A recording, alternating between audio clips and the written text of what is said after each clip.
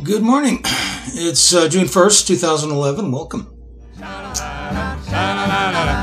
money to buy this time to get me out of my bed and crying for a job. You're after breakfast every day, you know the one is in my way. I'm going to talk a little bit about libertarianism. Just real small. One of the reasons why I can't buy into that idea that, as best one could call it, lawlessness, or that everybody is a law unto themselves, or whatever mishmash that they seem to be trying to sell.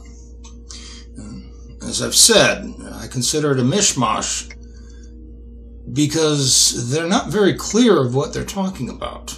However, there is a point in history in the United States that we can look at and we can see the type of government or governing that they're talking about.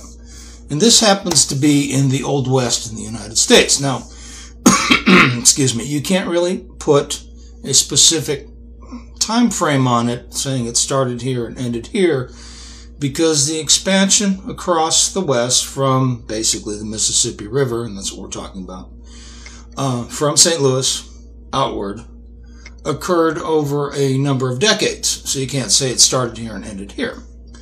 What you can do is look at the history of the United States in certain 10-year increments along roughly, I'd call it a 50-year span, as the Anglo-American, Anglo-European, Anglo-Saxon culture displaced the indigenous Native Americans from their homelands and proceeded to carve them up and turn them into farms, and further out a little bit, you turn them into ranches as they spread across.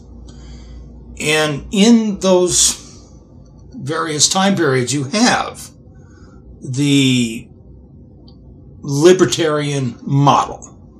It wasn't called libertarianism back then, it was called democracy. I don't believe they had the idea of a libertarian model. What they also called it was the Wild West, and they also called it lawlessness. And that's why you have to look at it in these very small 10-year increments. The first group of settlers, pioneers, with some assistance from the army, would move out into Indian Territory, not specifically the Indian Territory, which later became Oklahoma, but Indian Territory in general. And over the course of a decade, because the men decided they didn't want to live alone in, Saudis and what have you, they started bringing in the rule of law. And the rule of law included the Constitution of the United States. So as each movement, each wave progressed, and unfortunately it's not geographical. I mean, certain areas develop faster, certain areas develop a little slower.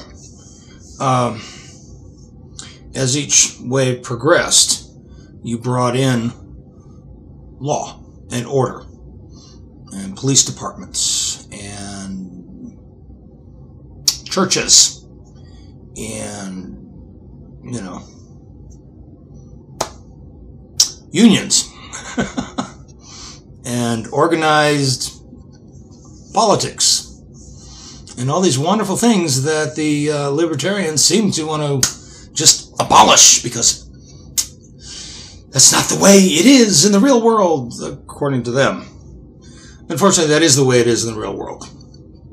Under the libertarian ideal, if you have a grievance with somebody, there is absolutely no problem whatsoever of calling them out on the street and doing your best to put two in their chest and one in their head.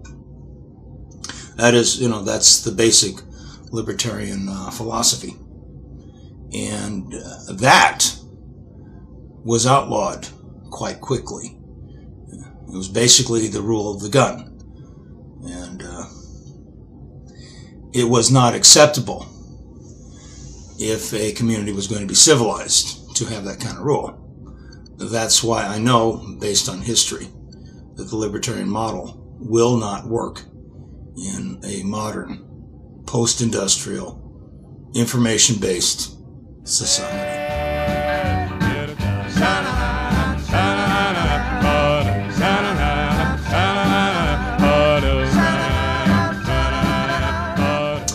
It's Cliff Potts. Thank you very much for your time. As always, may your God go with you. I will talk to you later. Bye-bye for now.